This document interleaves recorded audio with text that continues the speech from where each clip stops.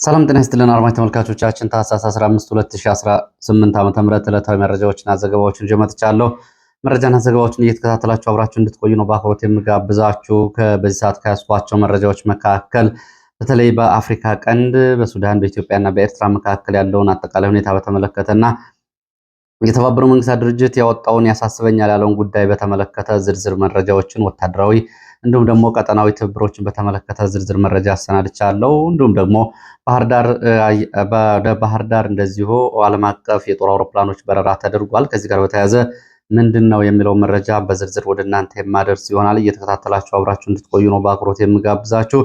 በተለይ በዚህ በአፍሪካ ቀንድ ላይ ያሉ ዘገባዎች እንግዲህ አጠቃላይ ወደፊት የሚሆኑትም አሁንም እየሆኑ ያሉት ጉዳዮች ጋር በተያያዘ አዳዲስ ምልከታዎችን እንዲሁም ደግሞ ትውስታዎችንና ተያያዥ ነጥቦችን ለጂኦፖለቲካው ለወታደራዊ እና ለኃይል አሰላለፉ እንደዚሁ ብያኔዎች በደንብ የሚያሳዩ ናቸው። ከሱዳን ጋር ያስኳቸው መረጃዎች ከመጨረሻው እንድትከታተሉ ነው በአክብሮት የምጋብዛችሁ።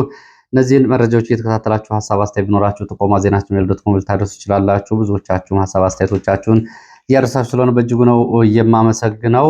በተለያዩ አካባቢዎች እየተደረጉ ካሉ ውጊያዎች ከፋኖ የግንባር ውሎ መረጃዎች አንጻርም እንደዚሁ አዳዲስ መረጃዎችን ይዣለው። ወሳኝ የተባሉ ተራሮችን ለመቆጣጠር የሌሊት ዘመቻዎች ተደርገዋል። ከዚህ ጋር በተያያዘ እንደዚሁ የደረሰ ወታደራዊ ኪሳራዎች አሉ።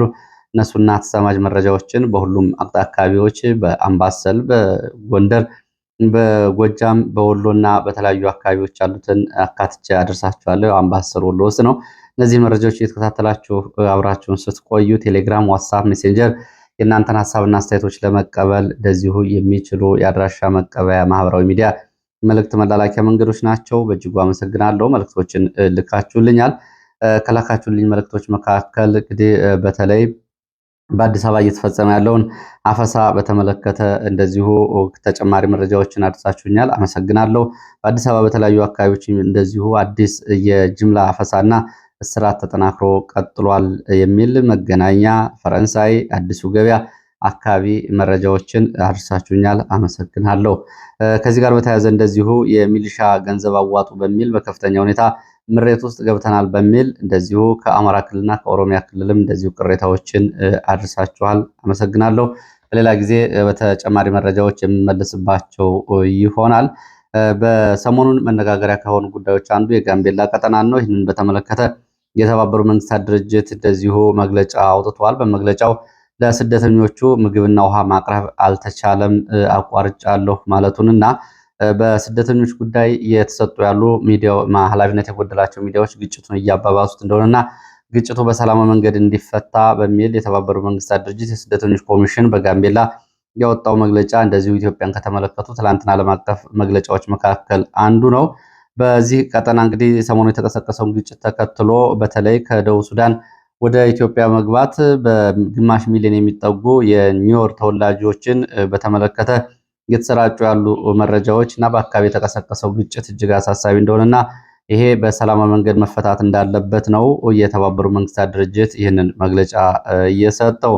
ሌላው ዓለም አቀፍ ሚዲያዎች ብርን በተመለከተ ብሉምበርግ ያወጣው ዘገባ አለ። እንግዲህ አጠቃላይ የሁሉንም ኢትዮጵያዊ ሕይወት የሚመለከት ነው። ብር በአለፈው 2025 አሁን ለመጠናቀቅ 6 ቀናት በቀሩት የ2025 የፈረንጆቹ ማለት ነው በዚህ ዓመት ብር የመግዛት አቅም እጅግ መዳከሙን ተከትሎ በዓለማችን እጅግ ደካማ ከተባሉ የቱርክና የአርጀንቲና ገንዘቦች ተርታ ተመድቧል። 3ኛ ደረጃ ላይ ይገኛል።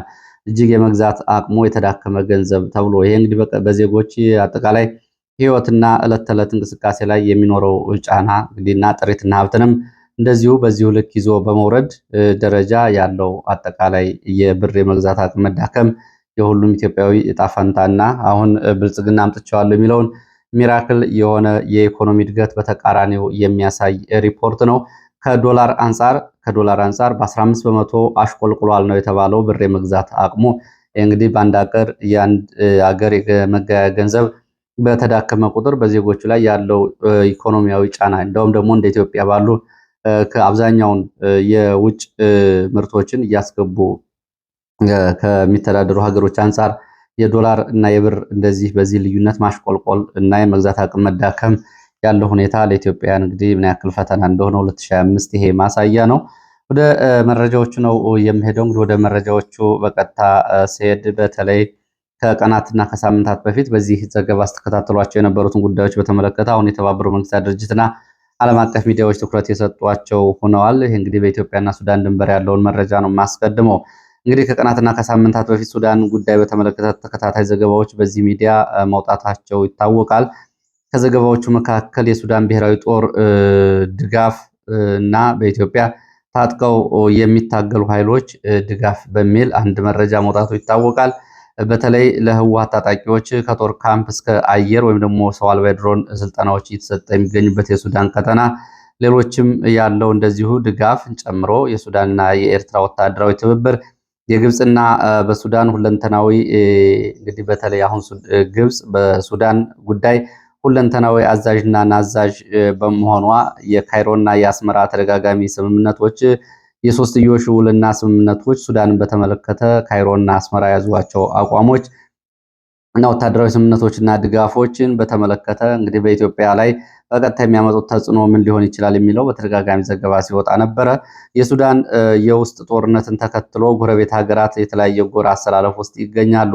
ከሱዳን አንጻር ኢትዮጵያ የሱዳኑን የተቃዋሚ ፈጥኖ ደራሽ ኃይሉን ስትደግፍ፣ ኤርትራ ደግሞ የሱዳንን ብሔራዊ ጦር እየደገፈችና ከጎኑ መሆኗን በተደጋጋሚ ያሳይታለች። ኢትዮጵያ ሱዳንን በተመለከተ የተከተለችው በተለይ የአረብ ኤሚሬትስን ፍላጎት ለማስፈጸም አረብ ኤሚሬትስ የሱዳንን ወርቅ ለመዝረፍና በቀጠናው የፖለቲካና ወታደራዊ የበላይነቷን ለማረጋገጥ ለምታደርገው የውክልና ጦርነት ኢትዮጵያን የሚያክል ሀገር የአረብ ኤሚሬትስ ጉዳይ አስፈጻሚ ሆኖ በሱዳን ጉዳይ መሰለፍ ኢትዮጵያን እንግዲህ ወደፊት ዋጋ ሊያስከፍላት እንደሚችል ነው የትናንቱ የተባበሩት መንግስታት ድርጅት መግለጫ በስሱ የሚያሳየው። ከዚህ አንጻር እንግዲህ ኢትዮጵያ አንዱ የዲፕሎማሲ ኪሳራ ተደርጎ ሊታይ የሚችለው ነው። ኢትዮጵያና ኬንያ ከአርኤስኤፍ ወታደራዊ ድጋፍ እያደረጉ የጦር መሳሪያና የሎጂስቲክ ድጋፍ እያደረጉ ያሉበት ሁኔታ 1970ዎቹን ሁኔታ መልሶ ያሳያል። እንግዲህ 1970ዎቹ ላይ ብዙዎቻችሁ እንደምታስታውሱት የኤርትራ ታጣቂዎች እና የህወሓት ታጣቂዎች የኮሎኔል መንግስቱ ኃይለማርያም መንግስት ለመጣል ይታገሉ በነበረበት ጊዜ ከፍተኛ ወታደራዊ ድጋፍ፣ ወታደራዊ መውጫና መግቢያ በሮችን በመስጠት ሱዳን አይነተኛ ሚና ስትጫወት ነበረ። ለዚህ በተቃራኒው ደግሞ የኮሎኔል መንግስቱ ኃይለማርያም መንግስት ደግሞ የደቡብ ሱዳንን የነ ጆን ጋራንግን ኃይል በማጠናከር ኢትዮጵያ ውስጥ ቤዝ በመስጠት ሁለቱም ሀገራት ጣልቃ በመግባት የሆነውን በሙሉ ተመልክተናል። ሱዳንም ደቡብ ሱዳን ተገነጠለ። ኢትዮጵያም እንግዲህ በሰሜን በኩል ኤርትራ ተገነጠለች። ከዛ በኋላ ያው ህወሓት እስካሁን ድረስ ባለበት ሁኔታ አሁን ይህን አዙሪት የሚደግም ስሌት ነው እና አብይ አህመድ በዲፕሎማሲው መንገድ እያሳዩ ያሉት። እንግዲህ በዚህ አዙሪት ውስጥ የኢትዮጵያ ተመልሳ ገብታለች። በየቀኑ የሚቀርቡ መረጃዎችም ይህን ነው የሚያሳዩት። አብይ አህመድ ወደ ፖርት ሱዳን ከአሁን በፊት ልኳቸው የነበሩት ሬድዋን ሁሴን እና ጌታቸው ረዳ በጀኔራል ቡርሃን በኩል ትኩረት ማጣታቸው እንግዲህ አሁን እየመጣ ላለው ጉዳይ እንደ አንድ መነሻ የሚታይ ነው። ሰሞኑን በጋምቤላና ቤንሻንጉል አካባቢዎች ከደቡብ ሱዳንና ከሱዳን በሶስት አቅጣጫ ታጣቂዎች ወደ ኢትዮጵያ ዘልቀው መግባታቸውና ኢትዮጵያን ድንበር ዘልቀው መግባት ጥቃቶች ማድረሳቸውን፣ በኢትዮጵያና ሱዳን ድንበር የድሮን ጥቃቶች መፈጸማቸው፣ የሱዳን ጦር በምዕራብ ኢትዮጵያ ዘምታለሁ የሚል መግለጫ መስጠቱ፣ ለዚህ ተጠሪ ተባባሪ የሀገር ውስጥ ታጣቂዎች መገኘታቸው፣ በተለይ በአብዬ ሱዳንና በዳርፉር ግዛት በነበሩ ዘመቻዎች ወታደራዊ መሪ የነበሩ የህወሓት የጦር መሪዎች ለዚህ ተባባሪ ሆነው መገኘታቸውና በቤኒሻንጉል ቀደም ብሎ በእርሻ ኢንቨስትመንት ላይ ተሰማርተው የነበሩ የህወሓት ወታደራዊ አዛዦች ለዚህ ለሱዳን ጦር ጥሪ ትብብር ማሳየታቸው የጉዳዩን እንግዲህ አሳሳቢነት ያሳያል። ሰሞኑን በደቡብ ሱዳን እና በኢትዮጵያ አዋሳኝ አካባቢዎች እንግዲህ በቶንጎ አቦጅማ አካባቢ እንዲሁም ደግሞ ቱርመክና ዘገን ተብሎ በሚጠሩ አካባቢዎች ከደቡብ ሱዳን ወደ ኢትዮጵያ ቶንጎ እንዲሁም ደግሞ በሌሎች ሁለት በሮች ወደ ኢትዮጵያ ዘልቀው የገቡ ታጣቂዎችን በተመለከተ ከአንድ ቀን በፊት ዘገባ መቅረቡ ይታወቃል። ይህንን ተከትሎ በአካባቢ የድሮን ጥቃት መፈጸሙም ይህንን ይዘን እንግዲህ አጠቃላይ አሁን ወዳለው ሁኔታ ስንሄድ የሱዳን አጠቃላይ ሁኔታ ስንሄድ የሱዳን ጦር በአርኤስኤፍ እየተሸነፈ እንደሚገኝ ደግሞ የተባበሩት መንግስታት ድርጅት እየገለጸ ነው የሚገኘው።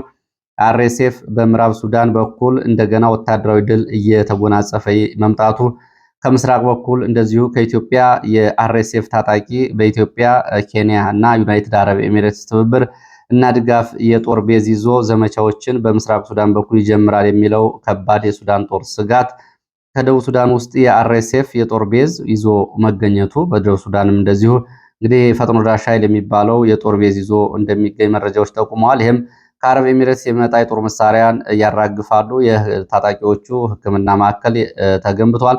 ወታደራዊ ማሰልጠኛና የሎጂስቲክ ማዕከልም አቋቁመው ይገኛሉ የሚሉ መረጃዎች ወጥተዋል። ይህ እንግዲህ በቀጠናው ያለውን አጠቃላይ ሁኔታ የሚያሳይ ነው። በኢትዮጵያና በኤርትራ መካከል ያለው የተካረረ የቃላት ጦርነትና ቀጠናዊ ፍጥጫ ከቀይ ባህር ወደ ምዕራብ ኢትዮጵያ ትኩረት አቅጣጫ እንዲቀይር ያለው ወታደራዊ ትብብርና የጋራ ስጋት በተለይ ሱዳንና ኤርትራ የፈጠሩት የጋራ ስጋትና ትብብር ለዚህም አንድ መነሻ ጉዳይ ይሆናል። ደቡብ ሱዳን ከዕለት ወደ ዕለት በመንግስቱ እየተዳከመ መምጣት የደቡብ ሱዳን መንግስት በዚህም እንግዲህ ይህም ለኢትዮጵያ በምዕራብ ኢትዮጵያ ወደፊት ይመጣል ለተባለው እንግዲህ ቀውስ አንዱ ስጋት ነው። በደቡብ ሱዳን ውስጥ የሚገኙ መንግስት እየተዳከመ በተለይ በሁለቱ በሪክ ማቻር እና በተከታያቸው አማካይነት የተፈጠረው ክፍፍልና እስር ቤት መግባታቸውን ተከትሎ ያለው ክፍፍል እንደዚሁ በኢትዮጵያ ላይ የራሱን ተጽዕኖ ያመጣል። ከዚህ አንጻር በደቡብ ሱዳን የውስጥ ጉዳይ ላይ የተለያዩ ሀገራት ይገኛሉ። ከነዚህ መካከል ለምሳሌ እንደ ኡጋንዳ የሱዳንን መንግስት በመደገፍ እንዲሁም ደግሞ ግብጽ ደግሞ ታጣቂዎችን በማስታጠቅ ሱዳንም እንደዚሁ ታጣቂዎችን በማስታጠቅ እንደዚሁ የተለያየ ተሳትፎ እያደረጉ ነው የሚገኙት። ኢትዮጵያም እንደዚሁ የምትደግፈው ቡድን መኖሩ እነዚህ እንግዲህ ወደ ኢትዮጵያ ተመልሰው የሚባርቁ ችግሮች ሆነዋል።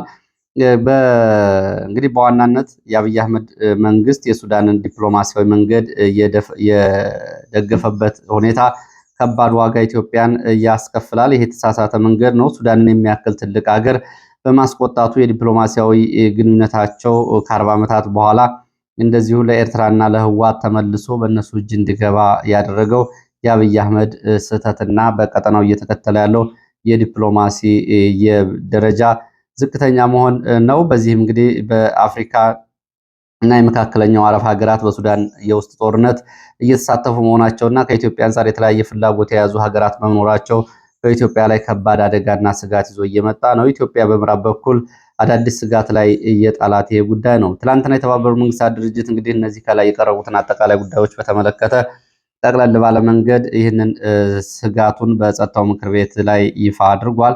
የሱዳን ውስጣዊ ጦርነት ዓለም አቀፋዊ ይዘት እየያዘ መሆኑን ተከትሎ ወደ ኢትዮጵያ ጦርነቱ ሊዛመትና ሊስፋፋ ይችላል ነው ያለው። የሱዳን ጦርነት ራሱ ምክንያቱ የጦር መሳሪያዎች ስርጭትና መጨመር፣ በታጣቂዎች እንደዚሁ ባልታሰቡ ድንበሮች የመንቀሳቀስ የወጡ መግባት የሰሞኑ እንግዲህ በኢትዮጵያ በቤንሻንጉልና ጋምቤላ ቀጠና ያለውን የሚያሳይ ነው። እንዲሁም ደግሞ ፈጥኖ ደራሽ ኃይሉ ጦርነቱን ከወደ ኮርዶፋን ግዛት ወደ ምስራቅ ለማዞር አዳዲስ ድል እየተቀዳጀ መምጣቱ ይህ እንግዲህ በሱዳንና በደቡብ ሱዳን ድንበሮች የሚታየው የታጣቂዎች ድንበር አልባ እንቅስቃሴ ለኢትዮጵያ ከባድ ስጋት እንደሆነ የተባበሩት መንግስታት ድርጅት ይህንን ገልጿል።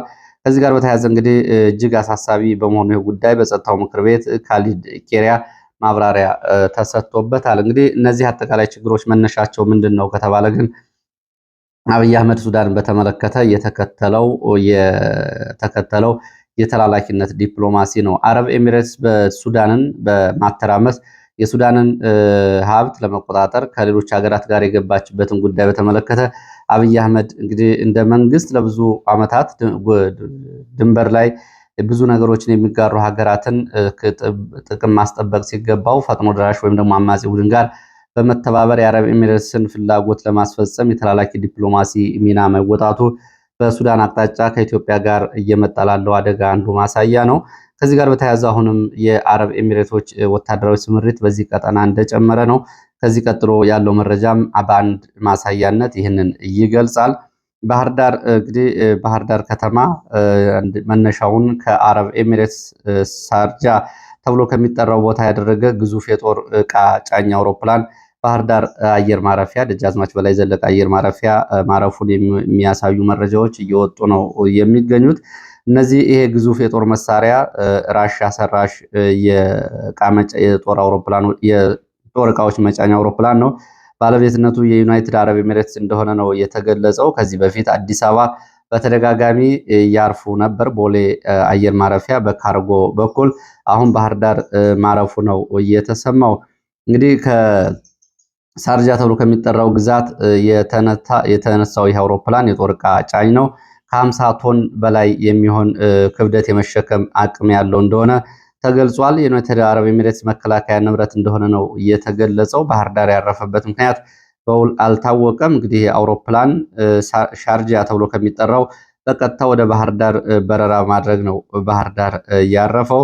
እንግዲህ ምክንያቱም በተመለከተ የተለያዩ መላምቶች እየወጡ ነው የሚገኙት። እየወጡ ካሉ መላምቶች መካከል አንደኛው ይሄ አውሮፕላን ባህር ዳር ያረፈው ዩናይትድ አረብ ኤሚሬትስ ወይም ደግሞ የተባበሩት አረብ ኤሚሬቶች በኢትዮጵያ ውስጥ ባለው ጦርነት ከትግራይ ጦርነት ጀምሮ እስካሁን እስከ ፋኖ እየተደረገ እስካለው ጦርነት ለብልጽግና መንግስት ትልቁ የጦር መሳሪያ አቅራቢ የገንዘብና እንዲሁም ደግሞ በቴክኖሎጂ ጭምር የታገዙ የጦር መሳሪያዎችን እንደ ድሮን እና ሌሎች ቴክኖሎጂ ሰራሽ መሳሪያዎችን በማቅረብ ያው አድራሽ በመሆኗ ከዚህ አንጻር የተያዘና አሁንም ከፋኖ ጋር የተደረገ ላለው ጦርነት የጦር መሳሪያ በቀጥታ ወደ ግንባር እያቀረበች ሊሆን ይችላል የሚል ሲሆን፣ ሁለተኛው ጉዳይ ግን ከላይ በዝርዝር የተባበሩት መንግስታት ድርጅት ያሳስበኛል እንዳለው እንዲሁም ደግሞ በተደጋጋሚ በዚህ ሚዲያም ሲቀርቡ የነበሩት የኢትዮጵያና ሱዳን ድንበር አካባቢ ያለውን ቀጠና ሁኔታ በተመለከተ ሰሞኑን መነጋገሪያ ከሆነው የአርኤስኤፍ ወይም ደግሞ የሱዳን ፈጥኖ ደራሽ ኃይል አንጻር የጦር ካምፕ ምስረታ ጋር በተያያዘ እንግዲህ በምዕራብ ኢትዮጵያ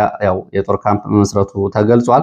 ከዚህ ጋር በተያያዘ ለተቋቋመው የሱዳን ፈጥኖ ደራሽ ኃይል በኢትዮጵያ ውስጥ ላለው የቅጥረኛ ወታደሮች ማሰልጠኛ ወታደራዊ ሎጂስቲኮችን በቅርብ ለማራገፍ ከአረብ ኤሚሬትስ ወደ ባህር ዳር አውሮፕላኑ የጦር መሳሪያዎችንና የጦር ሎጂስቲኮችን ጭኖ አርፎ ሊሆን ይችላል የሚሉ የተለያዩ አስተያየቶች ናቸው እየወጡ ያሉት። እንግዲህ ከዚህ አንጻር አሶሳ አየር ማረፊያ ያለ አሶሳ ለምን አላረፈም የሚለው ጉዳይ ሲታይ ምናልባት እንደዚህ አይነት አውሮፕላኖችን አሶሳ የማሳረፍ አቅም ላይኖረው ይችላል። ተጨማሪ መረጃዎችን በዚህ ጉዳይ ላይ ተከታትዬ የምመለስ ይሆናል። እንግዲህ አጠቃላይ የአረብ ኤሚሬትስ በቀጠናው ላይ ለምታደርገው ትርምስና የአፍሪካ ቀንድን ቀይ ባህርን እንዲሁም ደግሞ ምስራቅ አፍሪካን ለመቆጣጠር ለምታደርገው አጠቃላይ ስምሪት አብይ አህመድ ተባባሪ ሆኖ መገኘት ከሱዳን አንጻር ያለውን ዲፕሎማሲና ወደ ጦርነት እያመራ ያለውን ፍጥጫ እንግዲህ ኃላፊነቱ በዚህ ልክ የሚገለጽ ነው የሚሆነው። በዚህ በኩል እንግዲህ ኤርትራና ሳውዲ አረቢያም የቀይ ባህርን እንደዚሁ ትኩረት በዚህ ወደ ምዕራብ አቅጣጫ እንዲሆን ለማድረግም ካለው ስጋት አንጻርም እንደዚሁ ያለው አጠቃላይ ሁኔታ ጋር ተደማምሮ በኢትዮጵያ በሰሜን ምዕራብ ኢትዮጵያ እና ምዕራብ ኢትዮጵያ፣ ደቡብ ምዕራብ ኢትዮጵያ አካባቢዎች እንግዲህ ያለው ስጋት ይህንን ይመስላል። ወደ ሌሎች መረጃዎች ሲሄድ ወደ ራያ የሚወስደን መረጃን ማስከትለው በራያ የህወሓት በራያ ቀጠና የሚፈጽመው መጠነ ሰፊ አፈናና ስርዓት እንደዚሁ ተጠናክሮ ቀጥሏል።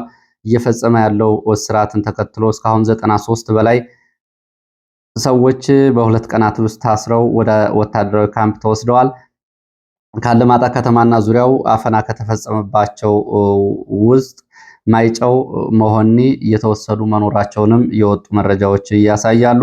በሌሊት ታፍነው ከተወሰዱት ውስጥ እስካሁን ድረስ እንግዲህ የሃይማኖት አባቶችን ጨምሮ ደብዛቸው እየጠፋ መኖራቸውም እንደዚሁ ተገልጿል።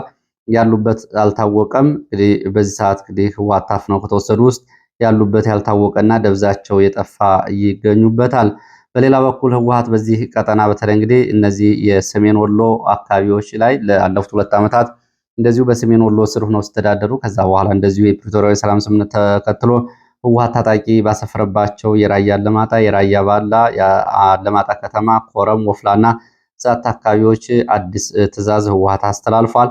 ማንኛውም የግል መሳሪያ የያዘ የአካባቢው ተወላጅ ትጥቁን በአስቸኳይ እንዲፈታ ትዕዛዝ ህወሓት ወታደራዊ ስምሪት መስጠቱ ተከትሎ በተለይ የአማራ ማንነት ጥያቄ ያነሳሉ፣ ህወሓትን ይቃወማሉ የተባሉ የአካባቢው ተወላጆች ሙሉ በሙሉ ትጥቃቸውን እንዲያስረክቡ ትዕዛዝ ተሰጥቷል። እንግዲህ አብይ አህመድ በአማራ ክልል ህግ ማስከበር ብሎ ኃይል አሰማርቶ በተለያዩ አካባቢዎች በመከላከያ በሚሊሻና በአድማ ብተና የአርሶ አደሮችን መሳሪያ ይነጥቃል።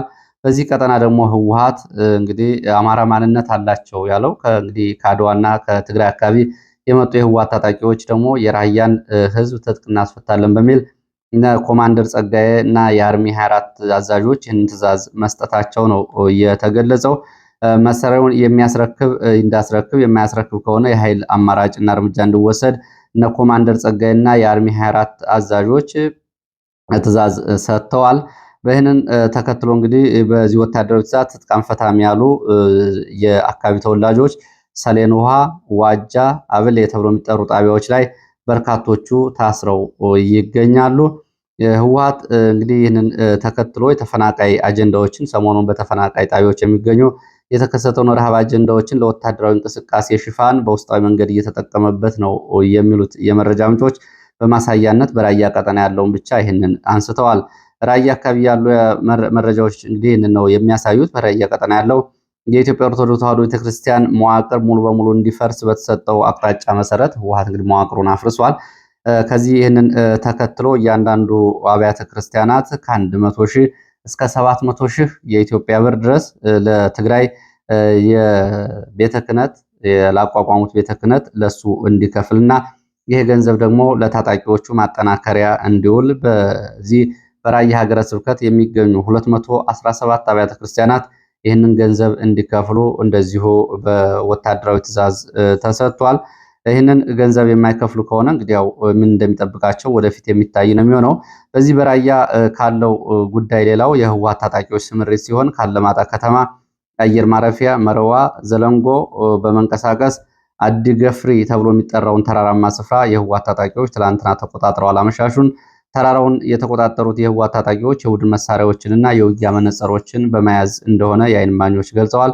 የህክምና ቁሳቁሶችን ስትሬቸር ወይም ደግሞ የቁስለኛ ማንሻ እንደዚሁ አልጋዎችንም ጭምርና ቃሬዛዎችን ይዘው ነው የተንቀሳቀሱት።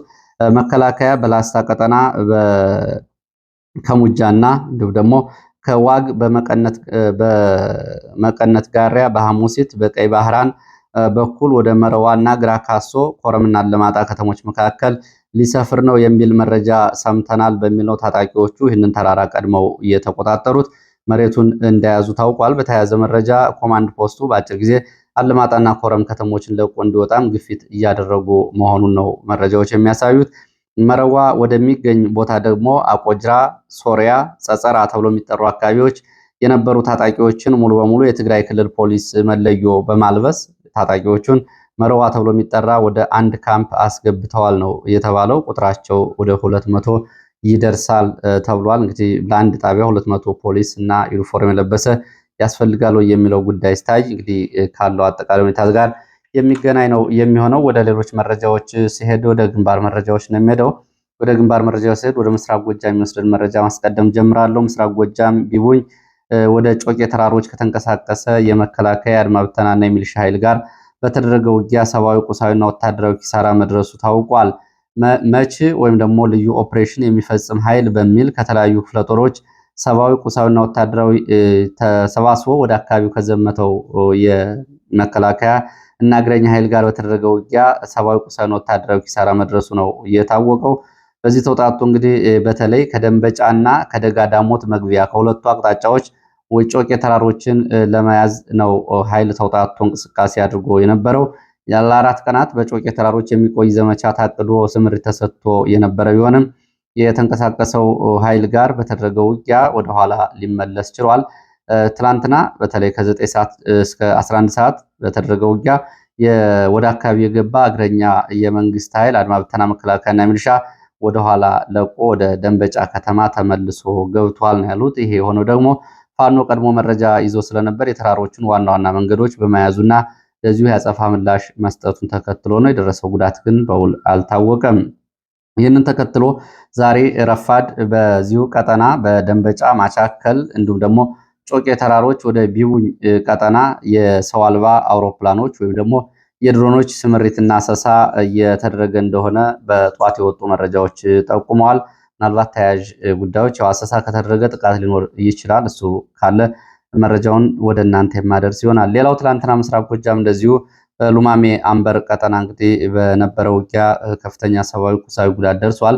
በዚህ ውጊያ በተለይ በርካታ የሚሊሻ አባላት ናቸው ጉዳት ያስተናገዱት። ከፋኖ ጋር በነበረው ውጊያ ጃማ ተብላ ወደምትጠራ ቦታ ከሉማሜ ቀጠና በመውጣት በሌሊት ወደ አካባቢ በመዝለቅ የፋኖ ቀጠናዎችን ለመቆጣጠር የገቡ የሚሊሻ አባላት ናቸው ይህንን ጉዳት ያስተናገዱት። የሚሊሻ አባላቱን ጉዳት በተመለከተ እንግዲህ እስካሁን ድረስ በመረጃ ምንጮቹ ከ17 በላይ የሚሊሻ አባላት እንደዚሁ ጉዳት አስተናግደዋል።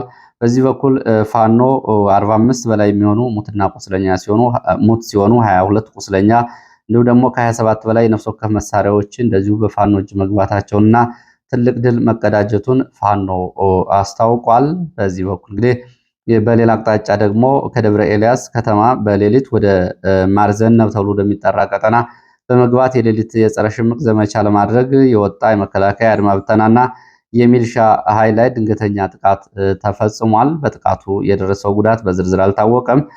በዚህ ጥቃት ግን የሚልሻና የአድማ ብተና ኃይል ወደ ኋላ ወደ ደብረ ኤልያስ ከተማ ተመልሷል። በተመሳሳይ ደቡብ ጎንደር ታች ጋይንት ካርብ ገበያ ከተማ በሌሊት ወደ አቄቶ በሚባል አካባቢ በመዝለቅ ፋኖን ከበባ ውስጥ ለማስገባት የተንቀሳቀሰ መከላከያ አድማ ብተናና ሚልሻ ጋር የሌሊትና የረፋድ ውጊያ ተደርጓል። በውጊያው የደረሰው ጉዳት አልታወቀም። ከሰዓታት ውጊያ በኋላ መከላከያ አድማ ብተናና ሚልሻ እንደዚሁ አካባቢውን ለቆ ወደ ዋና ካምፑ ወደ ወረዳው ተመልሷል ነው የተባለው። ወደ ሌሎች መረጃዎች ስንቀጥል ወደ ወሎ አምባሰል የሚወስድን መረጃ ነው የማስከትለው። የአምባሰል ቀጠና እንደዚሁ ወታደራዊ እንቅስቃሴዎች ዛሬ ከማለዳ ጀምረው አሉ። ከመርሳ መድፍና ዙ 23 የጫኑ ወታደራዊ ኦራሎች ወደ ውጫሌ ገብተዋል። ከውጫሌ ወደ ቁንጥሮና እንደዚሁ ደግሞ ወደ ማርየ ተብሎ ወደሚጠራው አካባቢ እንቅስቃሴ እያደረጉ ሲሆን ከውጫሌ ወደ ውርጌሳ እንደዚሁ ወታደራዊ ሎጂስቲክ ጭኖ ሲንቀሳቀስ የነበረ ተሽከርካሪ ጎሎ ተብሎ የሚጠራው አካባቢዎች ላይ ድንገተኛ ጥቃት እና ተኩስ ተከፍቶበታል። በተኩሱ እስካሁን የደረሰ ጉዳት የለም፣ ግን ተኩሱ እንደቀጠለ እንደሆነ አሁን ከቦታው መረጃውን ያደረሱ የመረጃ ምንጮች ገልጸዋል።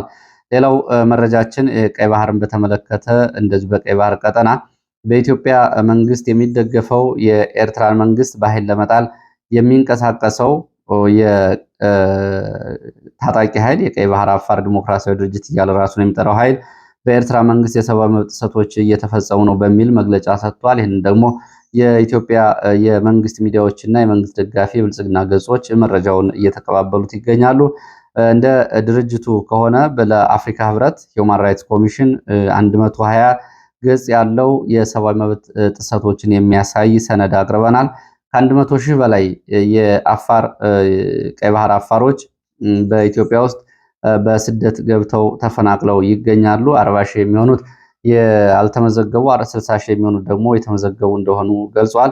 እንግዲህ ቀይ ባህር አፋሮችን በተመለከተ እንደዚሁ የኢትዮጵያ አፋሮችን በተመለከተም እንደዚሁ በኤርትራ ውስጥ መቀመጫውን በማድረግ አጉጉሞ ተብሎ የሚጠራው የቀድሞው የአፋር ክልል እርሻ ቢሮ ኃላፊ የሚመሩት ኃይል እንደዚሁ የኢትዮጵያን መንግስትና የአፋርን ክልል መንግስት በኃይል ለመጣል በዛ በኩል የተንቀሳቀሰ ነው። ይህ ደግሞ በተቃራኒው በኢትዮጵያ መንግስት ድጋፍ የሚደረግለት ነው። ለሰዓት የነበሩ መረጃዎች እነዚህ ናቸው። በተመሳሳይ ሌላ መረጃ በሌላ ጊዜ እስከምንገናኝ ድረስ መልካም ጊዜ